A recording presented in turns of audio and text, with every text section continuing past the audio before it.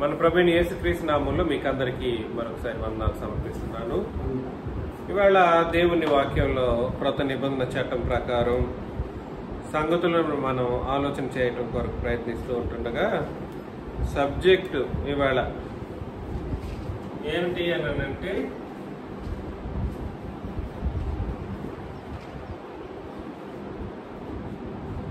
యేసుక్రీస్తు మహాదేవుడు పార్ట్ 3. మీకు బేసిక్ విషయం ఏమిటంటే మహా అంటే గొప్ప అని అంటాం, కానీ ఇంగ్లీష్లో దీన్ని ఏమని రాశాడు అని అంటే గ్రేట్ అని రాశాడు. మహా అంటే ఏమిటంట గ్రేట్. గ్రేట్ అని అంటే అంతకు మించిన వాళ్ళు లేరు అని ఆలోచన చేయటానికి అవకాశం ఉంది. కానీ గ్రేట్ అనే దానికంటే కూడా సరే హోల్సమ్గా చెప్పాలంటే మహా అనే దానికంటే కూడా సరే గొప్ప పదం ఏమిటంటే సర్వ అనే మాట. సర్వము లేదా సర్వ. మహా అంటే అందరిలో గొప్ప అనేటువంటి ఒక ఉద్దేశంగా కాకుండా అన్నిట్లో గొప్ప అనేటువంటి ఉద్దేశాన్ని, సర్వము అని అంటే అన్నిట్లోనూ గొప్ప అనేటువంటి ఉద్దేశాన్ని మనం గుర్తించాల్సినటువంటి పరిస్థితి ఉంది. యేసు ప్రభు మహాదేవుడు అనే దానికంటే కూడా సరే ఇంకా గొప్పవాడు అని చెప్పడానికి క్రొత్త నిబంధన చట్టాలు అనేక సందర్భాల్లో మనకు లేఖన భాగాలు తెలియజేస్తూ ఉన్నాయి. కాబట్టి కొలసి పత్రికలో 1వ అధ్యాయం 15 నుండి 20 వచనాలను మనం చదివినప్పుడు, కొలసి పత్రిక 1వ అధ్యాయం 15 నుండి 20 వచనాలను మనం చదివినప్పుడు, ఆయన అదృశ్య దేవుని స్వరూపి అయి, అదృశ్య దేవుని స్వరూపి అదేంటది ఆ మాటలోనే అర్థం కావట్లేదని చెప్పొచ్చు మీరు. దేవుడు అదృశ్య దేవుడు అని అంటే కనిపించని దేవుడు. అదృశ్య దేవుడు అంటే కనిపించడంట.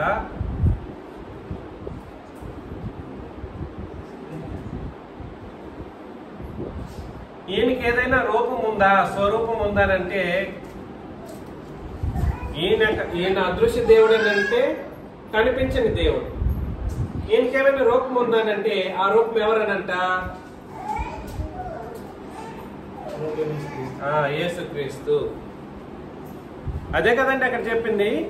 ఆయన అదృశ్య దేవుని స్వరూపి అయి సర్వ సృష్టికి ఆది సంభూతుడై ఉన్నాడు అని అన్నాడు. అంటే అర్థం ఏమిటంటే సర్వ సృష్టికి ఆది సంభూతుడు.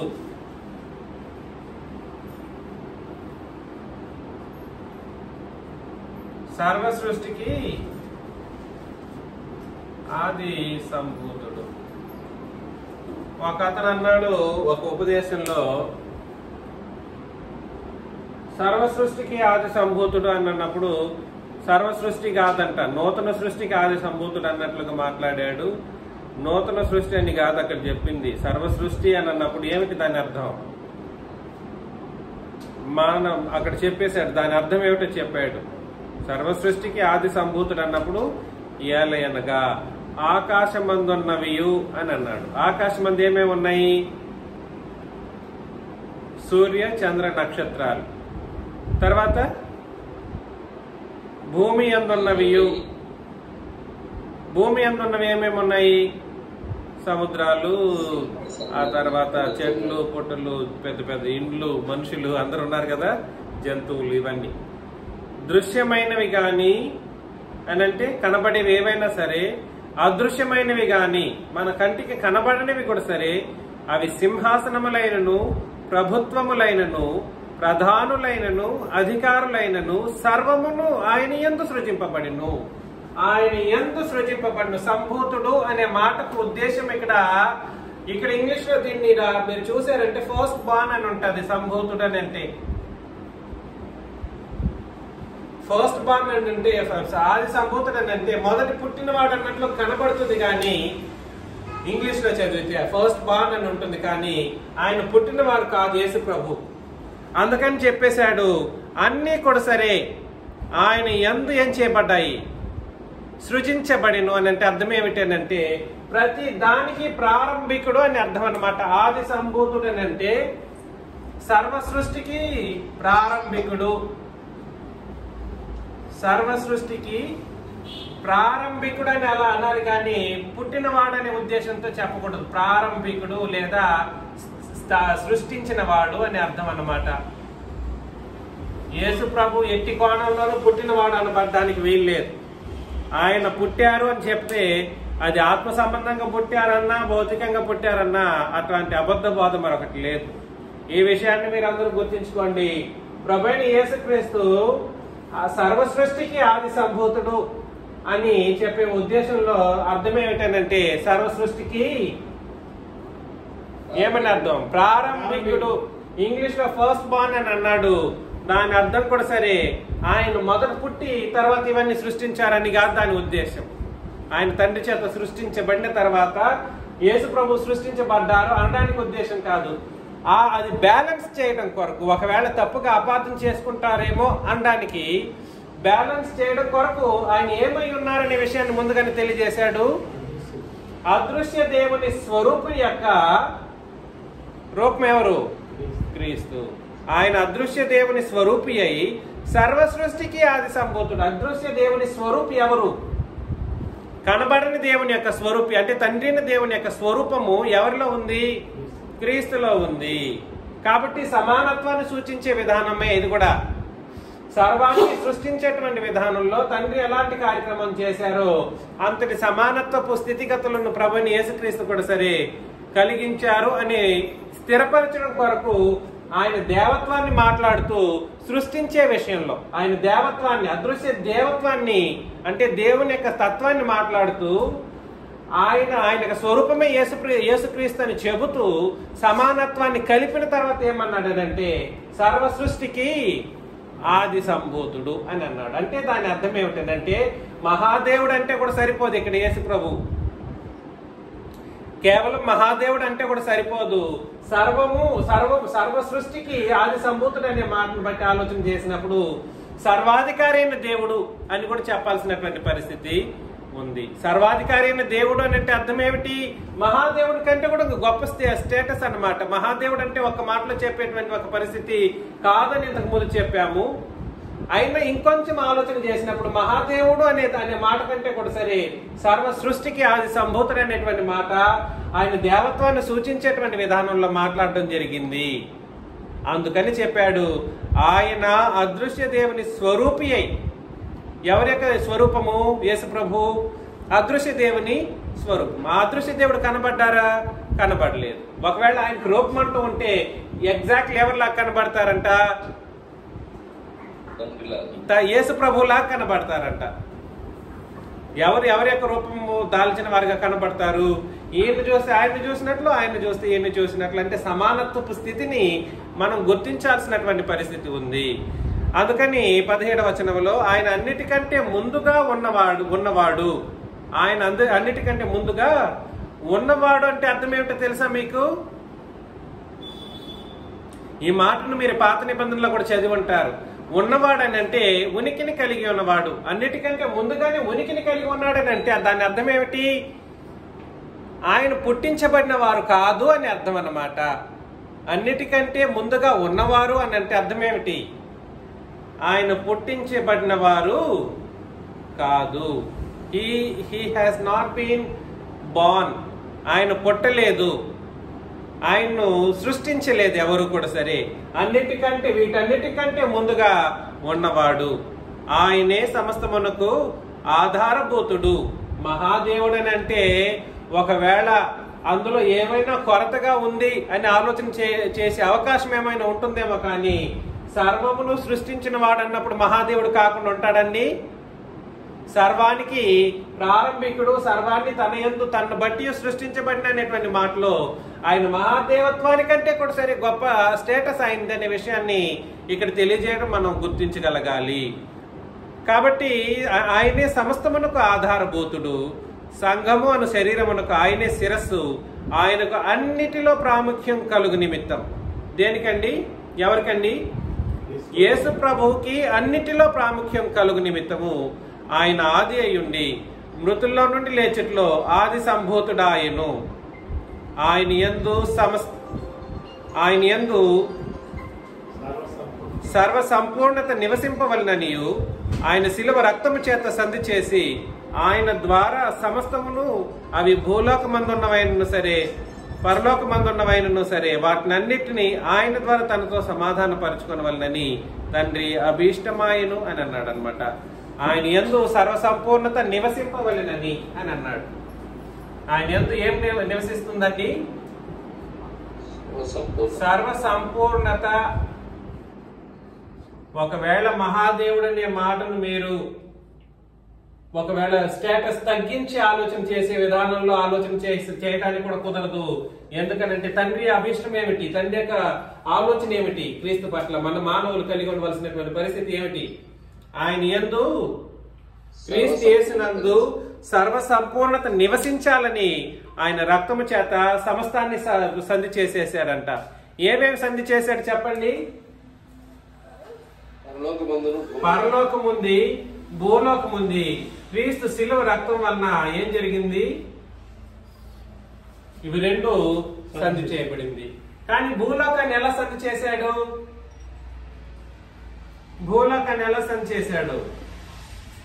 ఆయన రక్తం ద్వారా, సంఘం బట్టి. భూలోకంలో ఇప్పుడు ఉన్నది ఏమిటి?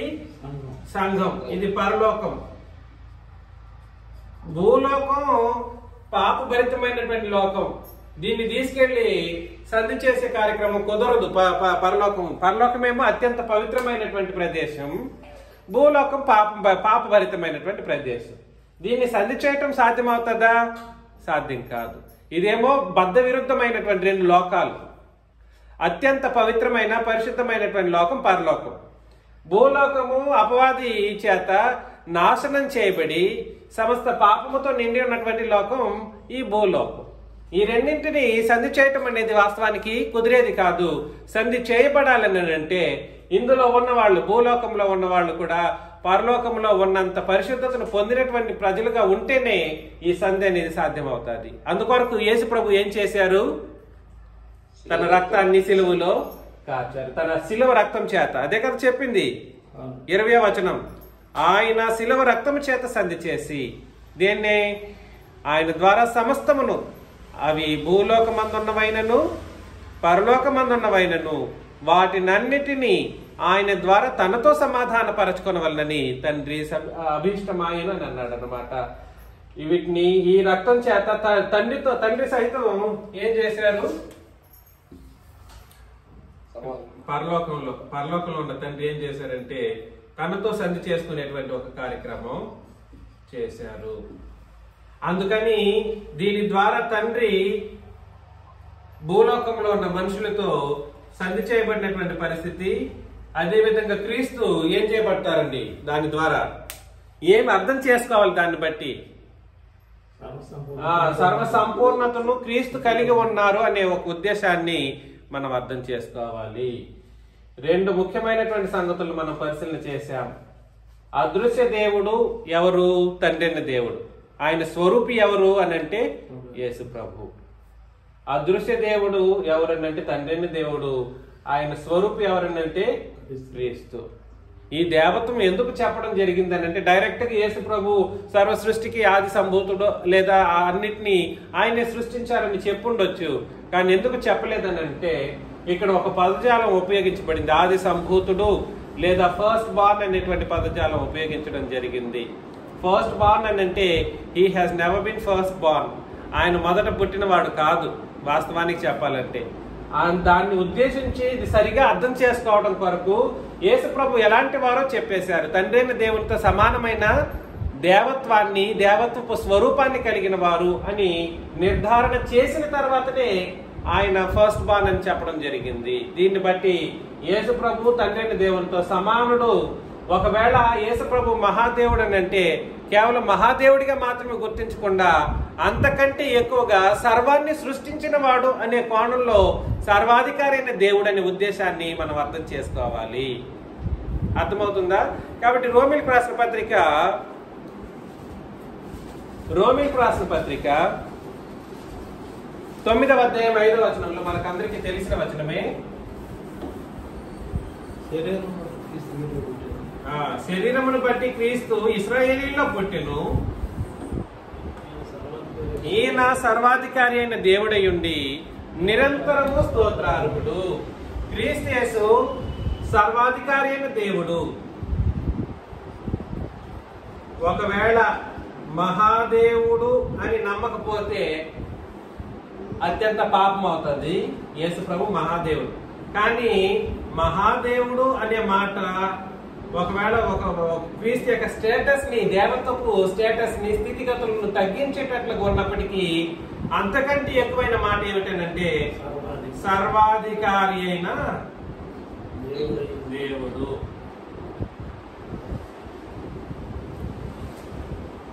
ఆయన శరీరమును బట్టి ఇశ్రాయేలీలో పుట్టాడు. శరీరాన్ని బట్టి దేవత్వాన్ని మనం ఏం చేయకూడదు. క్రీస్తు యొక్క శరీరాన్ని బట్టి ఆయనకు దేవత్వాన్ని మనం బేరీజ్ వేయకూడదు. చాలా తప్పు అవుతుంది. ఆయన శరీరాన్ని బట్టి కాదు, ఆయన దేవత్వమే వేరు. కాబట్టి శరీరాన్ని బట్టి పుట్టినప్పటికీ ఆయన ఎలాంటి దేవుడు అంట? సర్వాధికారి అయిన దేవుడు. ఎలా సర్వాధికారి అయిన దేవుడు అని అంటే, సర్వాన్ని సృష్టించినందుకు ఆయన సర్వాధికారి అయిన దేవుడు. దేన్ని సృష్టించినందుకు? సర్వాన్ని సృష్టించినందుకు, సృష్టిని బట్టి ఆయన సర్వాధికారి అయిన దేవుడు. 2 కొలసి పత్రిక 2వ అధ్యాయం, కొలసి పత్రిక 2వ అధ్యాయం 1 నుండి 3 వచనాలను చదివినప్పుడు, కొలసి పత్రిక 2వ అధ్యాయం 1 నుండి 3 వచనాలు, మీ కొరకును లవదికీయ వారి కొరకును శరీర రీతిగా నా ముఖము చూడని వారి అందరి కొరకును నేను ఎంతగా పోరాడుచున్నానో మీరు తెలుసుకొని కోరుచున్నాను. ఏంటో ఈయన పోరాటం? సంఘాల విషయంలో మీరు నన్ను చూడకపోయినా మీ విషయంలో నేను పోరాటం చేస్తూ ఉన్నాను. ఏమిటి ఆ పోరాటము? వారు ప్రేమ యందు అతకబడి సంపూర్ణ గ్రహింపు యొక్క సకలైశ్వర్యము కలిగిన వారై.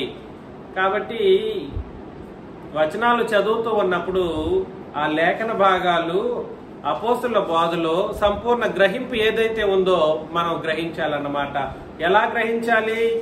సంపూర్ణ గ్రహింపు యొక్క సకలైశ్వర్యము కలిగిన వారై దేవుని మర్మమై ఉన్న క్రీస్తు అని అన్నాడు. మరలా ఇక్కడ కూడా అదే చెప్పాడు. ఈయన అదృశ్య దేవుడు, కనిపించని దేవుడికి దేవుని యొక్క స్వరూపం అంట. ఇక్కడేమన్నాడు? దేవుని మర్మమై ఉన్న క్రీస్తు. దేవుని, ఆగండి మీరు అరవకండి. దేవుని మర్మమై ఉన్న క్రీస్తు అంటే అర్థం ఏమిటి? దేవుని మర్మమై ఉన్న క్రీస్తు. దేవుడు కనబడడు, మరలా మర్మంగా ఉంటాడు.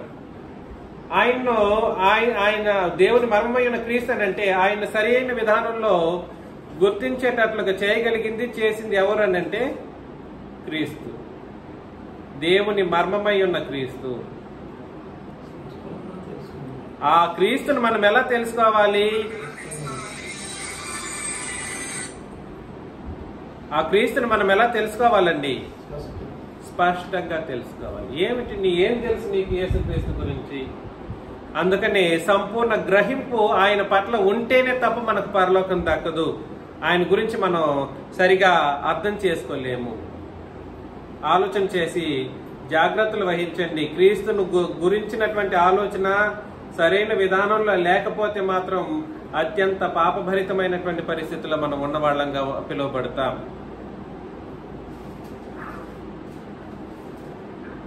తమ హృదయముల్లో ఆదరణ పొందవలనని వారందరి కొరకు పోరాడుచున్నాను. సంఘం వాళ్ళందరి కొరకు పోరాడుచున్నాడంట. ఒక నిమిషం. మరలా కొలసి పత్రిక 2వ అధ్యాయము 3వ వచనంలో, బుద్ధి జ్ఞానముల సర్వ సంపదలు ఆయన యందే గుప్తములై ఉన్నవి అని అన్నాడు. ఏంటండి? బుద్ధి జ్ఞానముల సర్వ సంపదలు ఆయన యందే గుప్తములై ఉన్నాయి. ఇది తుడి చేసిన అర్థం. యేసు ప్రభు మహాదేవుడు అనే మాట కంటే కూడా సరే సర్వాధికారి అయినటువంటి దేవుడు అనే విషయాన్ని మనం గుర్తించాల్సినటువంటి పరిస్థితి ఉంది. ఆయన సర్వాధికారి అయిన దేవుడు.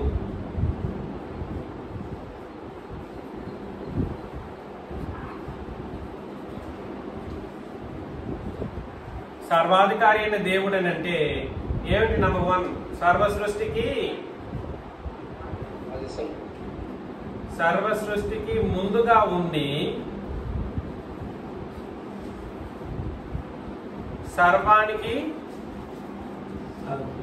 ఆది సంభూతుడు. రెండవది ఏమిటంటే ఆయన మీరు సరిగ్గా తెలుసుకోవాలి. ఆయన ఏమని తెలుసుకోవాలి, ఏమని ఆయన మీరు అర్థం చేసుకోవాలి అని అంటే, మీరు అనుకుంటున్నట్టు కొలసి పట్టణంలో నాస్టిసిజం ఎక్కువ. నాస్టిసిజం అంటే ఏమిటి?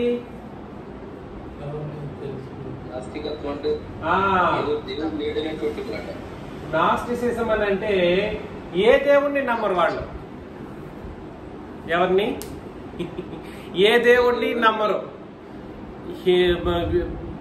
దేవుడు అంటేనే వాళ్ళకి నచ్చదు. దానికి వాళ్ళకి అతి తెలివితో కూడినటువంటి ప్రశ్నోత్తరాలు వేసి ప్రశ్నలు వేసి నమ్మకుండా చేయడానికి ఆయన ప్రయత్నం చేస్తారు. ఏ దేవుణ్ణి నమ్మరు, వాళ్ళు అనుకున్నదే చేస్తారు. అట్లాంటి పట్టణం అంట కొలిసి పట్టణం. అట్లాంటి కొలిసి పట్టణంలో నాస్టిసిజం ఎక్కువగా ఉన్నటువంటి ప్రదేశంలో యేసు ప్రభువును ప్రకటించేటువంటి కోణంలో వాళ్ళు ప్రకటిస్తూ ఉన్నారు. ప్రకటిస్తున్నప్పుడు మొదటి అధ్యాయంలోనే యేసు ప్రభు ఎలాంటి వారో చెప్పేశాడు పౌలు గారు. ఏమని చెప్పేశాడు? ఆయన సర్వ సృష్టికి ముందుగా ఉండి సర్వానికి ఆది సంభూతుడని అన్నాడు. 2వ అధ్యాయంలో ఆయన సరిగ్గా తెలుసుకోండి, మీరు ఎంతవరకు ఏ దేవుడిని నమ్మలేదు, ఇక మీదట ఆయన తెలుసుకోవాల్సినటువంటి విషయంలో సంపూర్ణ గ్రహింపును పొందండి యేసు ప్రభువుని అని తెలియజేస్తూ ఏమన్నాడని అంటే, ఆయన యందు ఏమేమి ఉందంట? బుద్ధి, బుద్ధి జ్ఞానముల సర్వ సంపదలు.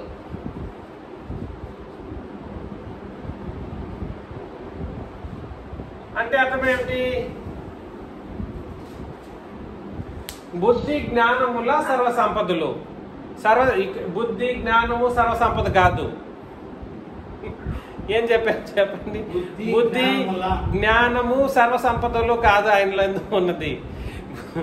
బుద్ధికి జ్ఞానానికి సర్వ సంపద అంటే ఆయనకు మించినటువంటి జ్ఞానం ఆయనలోనే ఉంది. అన్ని జ్ఞానాలు. ఎవరైనా బుద్ధి కావాలి, జ్ఞానం కావాలి అని అనుకుంటే ఆయన ఏం చేయాలి? ఆయన వేడుకోవాలి. ఆయన అందించేవాడు. బుద్ధి జ్ఞానాన్ని అందించే జ్ఞాన దేవుడు అనొచ్చు, లేదా బుద్ధిని అందించే జ్ఞానాన్ని అందించేటువంటి దేవుడు అన్నమాట. అర్థమవుతుందా? వేరే వేరే మతాల్లో దీనికి ఒక్కొక్క పేర్లు పెట్టుంటారు. అదంతా వాస్తవం. ప్రభువైన యేసుక్రీస్తు బుద్ధి జ్ఞానముల విషయంలో సర్వ సంపదలు కలిగినటువంటి వారు. బుద్ధి జ్ఞానం విషయంలో సర్వ సంపద కలిగినటువంటి వారు. సర్వాధికారి అయిన దేవుడని ఒక్క మాటలో చెప్పబడడానికి వీల్లేదు. ఆయన సర్వ సృష్టికి ముందుగా ఉన్నవాడు. 2, బుద్ధి జ్ఞానముల విషయంలో సర్వ సంపదలు కలిగిన వాడు. అదే విధంగా కొలసి పత్రిక 2వ అధ్యాయం 9వ వచనంలో కూడా సరే, 2వ అధ్యాయం 9వ వచనంలో ఏలయనగా దేవత్వం యొక్క సర్వ పరిపూర్ణత శరీరముగా క్రీస్తునందు నివసించుచున్నది. దేవత్వం యొక్క సర్వ పరిపూర్ణత కలిగిన వాడు. ఏంటండి ఆయనలో ఉన్నది? దేవత్వం యొక్క సర్వ పరిపూర్ణత గలవాడు. దేవత్వం యొక్క సర్వ పరిపూర్ణత కలగడం అంటే సర్వాధికారి అయిన దేవుడు అనబడడానికి సూచన అనమాట. దేవత్వం విషయంలో సర్వ పరిపూర్ణత కలిగి ఉన్నాడని అంటే ఈయన మహాదేవుడు. అంతకంటే ఇంకా సర్వాధికారి అయిన దేవుడు అనడానికి రుజువు అన్నమాట. ఆయన దేవత్వంలో ఎలాంటి పరిపూర్ణత కలిగిన వాడు? సర్వ పరిపూర్ణత కలిగిన వాడు. దేవత్వంలో ఏం కలిగి ఉన్నాడు? సర్వ పరిపూర్ణత. ఇది ఒప్పుకోవడానికి ఎటువంటి ఆక్షేపణ ఉండకూడదు.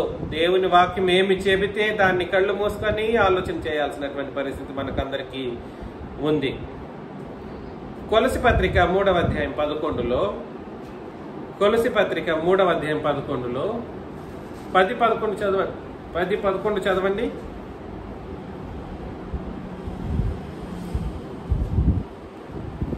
కొలసి 3వ అధ్యాయం 10-11. ఏలయనగా ప్రాచీన స్వభావమును దాని క్రియలతో కూడా మీరు పరిశీలించి జ్ఞానము కలుగు నిమిత్తము ఆయన సృష్టించిన వారి పోలిక చొప్పున నూతన పరచబడుతున్న నవీన స్వభావమును ధరించుకొని ఉన్నారు. ఇట్టి వారిలో క్రీస్తుని యూదులని భేదము లేదు. సున్నతి పొందుటయని సున్నతి పొందకపోటయని భేదము లేదు. పరదేశి అని, సిద్ధుడని, దాసుడని, స్వతంత్రుడని లేదు గాని క్రీస్తే సర్వమును అందరిలో ఉన్నవాడినై ఉన్నాడు అని అన్నాడు. ఎవరిలో ఉన్నాడు ఆయన? అందరిలో అంటారు. మరిదాస్ గారు సర్వమును ఎవరున్నారు? ఆయన ఎవరైనా యేసు ప్రభువుని ఇప్పటికీ చులకన చేసి మాట్లాడే మనుషులు లేకపోలేదు. ఆయన దేవత్వాన్ని అంగీకరించలేకపోతున్నారు. దేవత్వాన్ని అంగీకరించకపోగా మహాదేవుడు అని చెప్పినా అంగీకరించలేని స్థితి. అంతకంటే ఎక్కువైన మాట ఏమిటంటే సర్వాధికారి అయిన దేవుడు. మహాదేవుడు అనే మాట కంటే కూడా సరే గొప్ప మాట ఏమిటంటే యేసు ప్రభువు సర్వాధికారి అయిన దేవుడు. ఆయన ఎలా సర్వాధికారి అయిన దేవుడు అని అంటే, ఆయన నువ్వు అనుకుంటున్నట్టు, నేను అనుకుంటున్నట్టు ఒక చోటుకో, ఒక మనుషులకో, ఒక ప్రజకో ఆయన ఏమంటారు లిమిట్స్ పెట్టబడినటువంటి ఆలోచనతో కూడినటువంటి పరిమితులతో కూడినటువంటి వారు కాదు.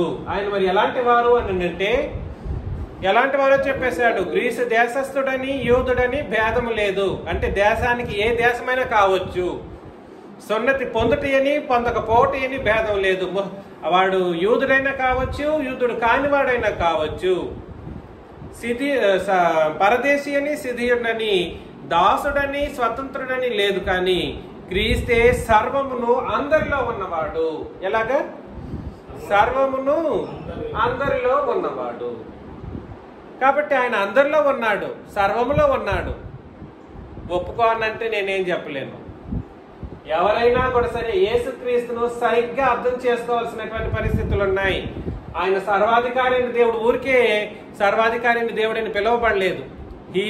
He's omni existent. ఆయన ఓమ్ని ఎగ్జిస్టెంట్ అంటే అర్థం ఏమిటి? సర్వములో ఉన్నాడు. సర్వమును అంటే సర్వములో ఉన్నాడు, అందరిలోను అంటే ఇది మనుషులకు సంబంధించింది. ఆయనకు ఉనికి నువ్వు ఇక్కడున్నాడు అక్కడున్నాడని చెప్పడానికి లేదు. కాబట్టి యేసు ప్రభు సర్వాధికారి అయిన దేవుడు అంటే సర్వాన్ని సృష్టించిన దాన్ని బట్టి సర్వాధికారి అయిన దేవుడు. బుద్ధి జ్ఞానములను అనుగ్రహించి సర్వ సంపదలు కలిగినటువంటి సర్వాధికారి అయినటువంటి దేవుడు.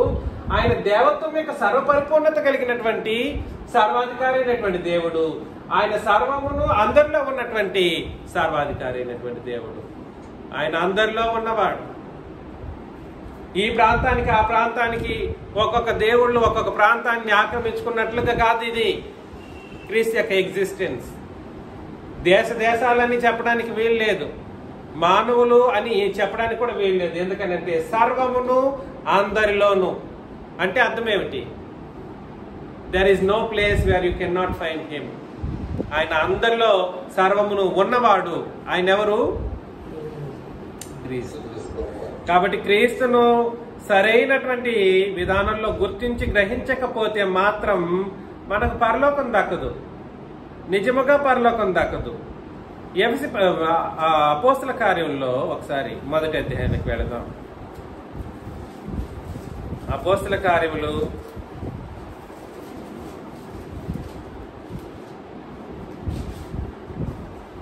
మొదటి అధ్యాయం 20 నుండి చదువుతాం.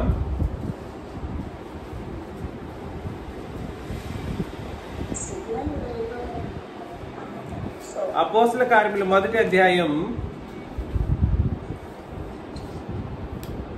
అక్కడ సందర్భం చెప్తాను చూడండి. ఏంటి సందర్భం అని అంటే, యోధా చనిపోతాడు.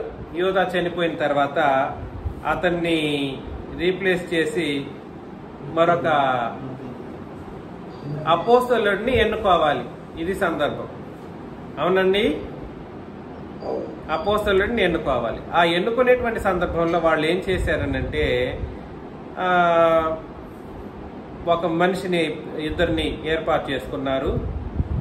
ఎవరెవరు వాళ్ళు? 23లో అప్పుడు వారు యూస్తు అని మారుపేరు గల బర్సబ్బా అనబడిన యోసేపు, తర్వాత మత్తీయ అని ఇద్దరిని నిలువబెట్టి ఇట్లని ప్రార్థన చేసిరి. ఏమని చేశారు వాళ్ళు? ఇట్లని ప్రార్థన చేసిరి. అందరి హృదయములను ఎరిగి ఉన్న ప్రభువా. అంటే ఆయన ఏమిటి అర్థం? యేసు ప్రభు అందరి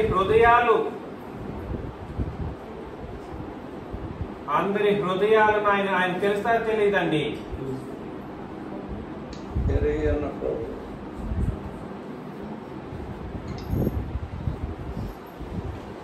అందరి హృదయములను ఎరిగి ఉన్న ప్రభువా అని అన్నారు. అంటే అర్థం ఏమిటి? ఆయన సర్వజ్ఞుడు అని. సర్వజ్ఞుడు. ఆయనలో ఎటువంటి వారు? ఆయనకి తెలియదంటే ఏమైనా ఉంటుందా? There is nothing that he is unknown. ఆయనకి తెలియదంటూ ఏమీ లేదు. అందరి హృదయములను ఎరిగి ఉన్న ప్రభువా అని ప్రార్థన చేశారు. ఎవరు అదే మాట చెప్పింది? మోకరించి ప్రార్థన చేసినటువంటి అపోస్తలులు చెప్పారు ఆ మాట. అపోస్తలులు చెప్తూ ప్రార్థన చేసిరి. అందరి హృదయములను ఎరిగి ఉన్న ప్రభువా, తన చోటికి పోవుటకు యోధా తప్పిపోయి పోగొట్టుకున్న ఈ పరిచర్యలోను అపోస్తలత్వంలోను పాలు పొందుటకు వీరిద్దరిలో నీవు ఏర్పరచుకున్న వారిని కనపరచమనిది. ఎందుకనంటే వాళ్ళ హృదయాలు తెలిసింది. ఎవరు సూటబుల్ గా పర్సన్ అనేది గుర్తించగలిగింది ఎవరండి? సర్వజ్ఞుడు అయినటువంటి అందరి హృదయములను పరిశీలన చేయగలిగినటువంటి యేసు ప్రభు. కాబట్టి నేనేం చెప్పడానికి ప్రయత్నం చేస్తున్నానంటే, యేసు ప్రభు యొక్క లక్షణాలు, దేవత్వపు లక్షణాలని మనం సరిగ్గా అర్థం చేసుకోవాలి. ఏమేమిటి ఆయన దేవత్వపు లక్షణాలు? సర్వాధికారి అయిన దేవుడు అని చెప్పబడడానికి, మహాదేవుడు అనే మాట కంటే గొప్ప మాట ఏమిటంటే సర్వాధికారి అయినటువంటి దేవత్వం కలిగిన వాడు. అంటే ఏమిటంటే ఆయన సర్వ సృష్టికి, అది ఏదైతే కానీ అక్కడ చెప్పాడు సర్వ సృష్టి అనే ఆ విషయంలో, అది పరలోకం కావచ్చు, ఆకాశం కావచ్చు, భూమి కావచ్చు, తర్వాత ఏం చెప్పాడు? ఆకాశము, భూమి, అదృశ్యమైనవి, దృశ్యమైనవి, తర్వాత అదృశ్యమైనవి, దృశ్యమైనవి, అధికారములు, సింహాసనాలు, వీటినన్నిటినీ సృష్టించే విషయంలో యేసు ప్రభు ఆయన అన్నిటికంటే ముందుగా ఉండి వాటిని సృష్టించి వాటికి ప్రారంభికుడు, ఆది సంభూతుడయ్యారు. 2, యేసు ప్రభు సర్వాధికారి అయినటువంటి దేవుడు అనడానికి బుద్ధి జ్ఞానముల సర్వ సంపదలకు మూలమై ఉన్నారు. బుద్ధి జ్ఞానముల యొక్క నాకు బుద్ధి లేదు, నాకు జ్ఞానం కావాలి అని ఎవరైనా కోరుకున్నారనుకోండి, చిన్నపిల్లలు లాంటి వాళ్ళు చదువు కావాలి, నాకు జ్ఞానం కావాలని కోరుకుంటే ప్రార్థన చేయాల్సినటువంటి పరిస్థితులు ఉన్నాయి. అది యేసు ప్రభువును ఉద్దేశించినట్లుగా ప్రార్థనలు కూడా చేయాల్సినటువంటి పరిస్థితులు ఉంది. తండ్రికే ప్రార్థన చేస్తాం. క్రీస్తు నామమును బట్టి ప్రార్థన చేసినప్పుడు ఆ ప్రార్థన ఎవరు కూడా వింటారు? ఇద్దరు వింటారు. తండ్రి వింటారు, యేసు ప్రభు వింటారు. కాబట్టి ఆయన జ్ఞానమును అనుగ్రహిస్తారు అన్నమాట. అదేవిధంగా దేవత్వం యొక్క సర్వ పరిపూర్ణత కలిగిన వారు యేసు ప్రభు. ఏంటండి? దేవత్వం యొక్క సర్వ పరిపూర్ణత గలవాడు. తర్వాత దేవత్వం యొక్క సర్వ పరిపూర్ణత అంటే సామాన్యమైన మాట కాదు. కొంతమంది మనుషుల్ని కూడా దేవుళ్ళుగా చేసేటువంటి పరిస్థితులు ఉన్నాయని బైబిల్లో కొన్ని వచనాలు చూపిస్తూ ఉంటారు. పాత నిబంధనలో కొన్ని వచనాలను ఉపయోగించి మనుషుల్ని కూడా దేవుళ్ళుగా చూపించారన్నట్లు కాదు. అట్లాంటి దేవత్వం కాదు ఈ దేవత్వం. సర్వ పరిపూర్ణత కలిగిన దేవత్వం అని అంటే నువ్వు ఊహించలేనటువంటి విషయంలో ఆయన దేవత్వం కలిగిన వాడు అని అర్థం అన్నమాట. ఆయన సర్వమును క్రీస్తు సర్వమును అందరిలోనూ ఉన్నవాడు. ఉన్నాడు.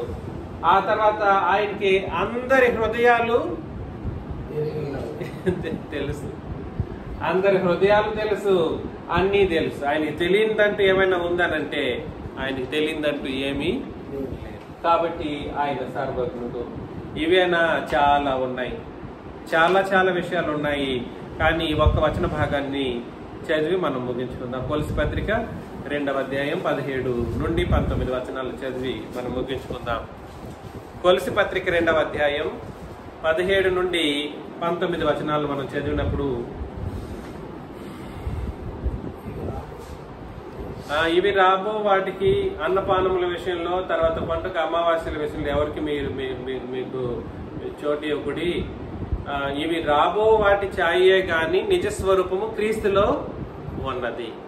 అతి వినయాసక్తుడై దేవదూత ఆరాధన యందు ఇచ్చ కలిగి తాను చూచిన వాటిని గూర్చి గొప్పగా చెప్పుకొంచు తన శరీర సంబంధమైన మనసు వలన ఊరక ఉప్పొంగుచు శిరస్సును హత్తుకొనని వాడేవాడును మీ బహుమానమును అహరింపనీకుడి.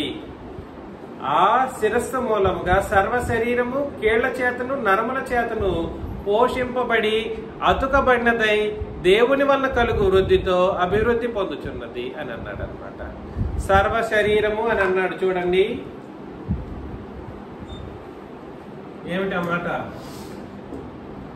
సర్వ ఏమిటి సర్వ శరీరం అని అంటే సంఘము. ఓకే, సంఘము సర్వ శరీరము. సంఘం అనేది శరీరమే అనేది మనకు అందరికీ తెలుసండి. సంఘం అంటే క్రీస్తు యొక్క శరీరం అనేది సర్వసాధారణంగా తెలిసిన విషయమే. కానీ సర్వ శరీరం అనడంలో అర్థం ఏమిటి?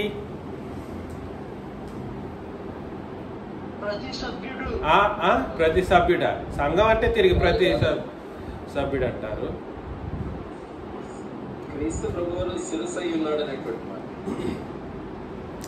సర్వ శరీరం అని అంటే అర్థం ఏమిటంటే అన్ని ప్రాంతాల్లో ఉన్న సంఘాల గురించి అన్నిటినీ కలిపి ఒకటే సంఘం అనే ఉద్దేశంతో మాట్లాడటం.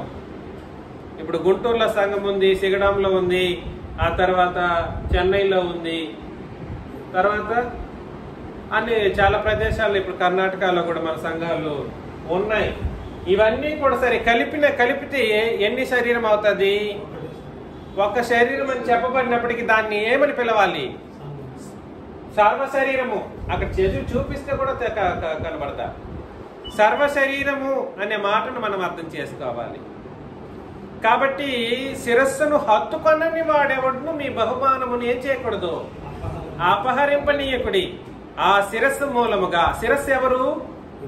క్రీస్తు. ఆ క్రీస్తు శిరస్సు మూలముగా సర్వ శరీరము కీళ్ల చేతను నరముల చేతను పోషింపబడి అతుకబడినదైతే దేవుని వలన కలుగు వృద్ధితో అభివృద్ధి పొందుతున్నది అని అన్నాడు. రేపొద్దున మనకు బహుమానాన్ని ఇవ్వబోయేటువంటి ఆ క్రీస్తు మన సర్వ శరీరాలకు అనబడినటువంటి అన్ని సంఘాలకి కూడా సరే, ఏ ప్రాంతీయతకు, భాషకు, ప్రాంతానికి భాషకు, ఆ తర్వాత ఇంకేదైనా డిస్క్రిమినేషన్స్ ఏమైనా ఉంది అని అనుకుంటే వాటన్నిటికీ అతీతముగా ఆయనే శిరస్సుగా ఉంటూ మనల్ని పరలోకానికి తీసుకెళ్లబోయే ఆయన యేసు ప్రభు. అర్థమవుతుందా? దాన్ని వృద్ధిని కలిగించేవారు ఎవరంట? తండ్రి అయిన దేవుడు. కాబట్టి ఇద్దరూ పని చేస్తేనే రేపు మనం పరలోకానికి వెళుతాం. సంఘాన్ని తండ్రి అయిన దేవుడు వృద్ధిని కలుగు చేసి అభివృద్ధి చేస్తే దాన్ని అన్నిటినీ కలిపి ఆయన ఎవరంట? తన శరీరంగా కలుపుకునేటువంటి ఆయన ఎవరు? యేసు ప్రభు. అంటే అర్థం ఏమిటంటే ఇది సామాన్యమైనటువంటి మాట కాదు. సర్వ శరీరము ఎలాగ? కీళ్ల చేతను నరముల చేతను పోషింపబడి. కాబట్టి సర్వ శరీరానికి ఆయన ఏమై ఉన్నాడంటే శిరస్సు. ఒక్క శరీరానికి కాదు, సర్వ శరీరం అనే మాటను మనం అర్థం చేసుకోవాలి. సర్వ శరీరం అనే మాట అది ఇంగ్లీష్ భాష మాట్లాడే క్రీస్తు సంఘం కావచ్చు, తెలుగు భాష మాట్లాడే క్రీస్తు సంఘం కావచ్చు, లేదా తెలుగు భాషలో అనేక ప్రాంతాల్లో ఉన్న క్రొత్త నిబంధన క్రీస్తు సంఘాలు కావచ్చు. వీటన్నిటినీ కలిపి సర్వ శరీరం అని అన్నాడు. వీటన్నిటికీ ఎంతమంది శిరస్సులండి? ఒకటే శిరస్సు. ఆయన ఎవరనంటే యేసు ప్రభు. ఆ శిరస్సు మూలముగా సర్వ శరీరం ఏం చేయబడాలి? కీళ్ల చేతను నరముల చేతను అతుకబడి తండ్రి ఏం చేయాలి? వాటికి అభివృద్ధి చేసి వృద్ధి చేసినట్లయితే మనం ఏమవుతామనంటే సంపూర్ణులమై ఏం చేస్తాము? బహుమానములో పాలు పంపులు పొందుతాం. ఎలాగా? శిరస్సును హత్తుకొనని వాడెవడును మీ బహుమానమును శిరస్సును హత్తుకోవడం నేర్చుకో. శిరస్సును హత్తుకోకపోతే మాత్రం ఆ శిరస్సును నువ్వు హత్తుకోకపోతే నీకు బహుమానము దక్కదు.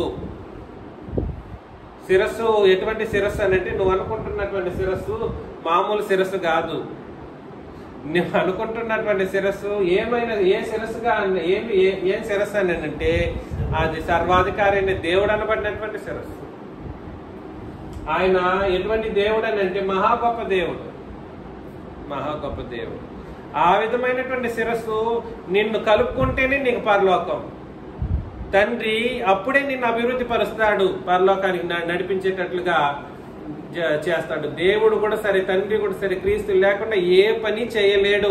ఆయన సరైన విధానంలో గుర్తించకుండా దేవుడు ఏమీ చేయడు. క్రీస్తునే ముందు ఆయన నేర్చుకొని ఆయన అర్థం చేసుకొని రా, నీకు బహుమానం ఇస్తాను. ఆయన్ని బట్టి కాకుండా, ఆయన అర్థం చేసుకోకుండా, ఆయన స్థితిగతులను గుర్తించకుండా నా దగ్గరికి రావడం అనేది కుదరదని ఒక దెబ్బేసి పంపిస్తాడు నరకానికి. ఇప్పుడైతేనే మార్చుకుంటేనే సరే, లేదనంటే కుదిరేది కాదు. కాబట్టి ప్రభువైన యేసుక్రీస్తు సర్వాధికారి అయిన దేవుడు అని కొన్ని మాటల్లో చెప్పాం, కానీ ఈ కొన్ని మాటలైనా మనసులో పెట్టుకోండి.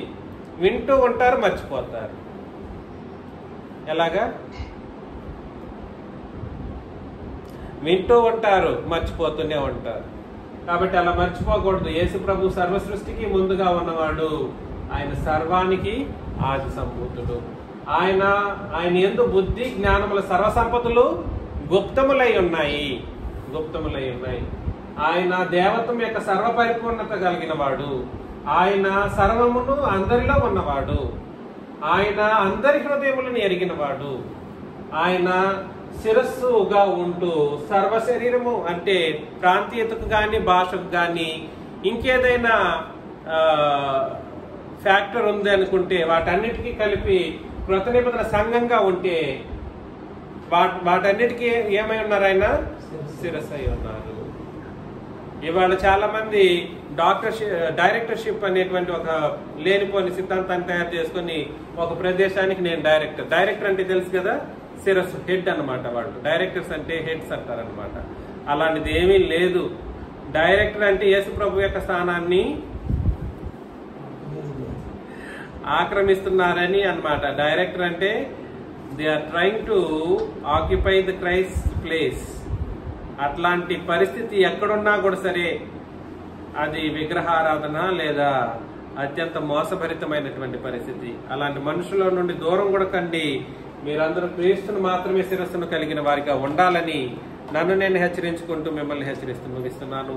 మీకందరికీ క్రీస్తు నామములో వందనాలు.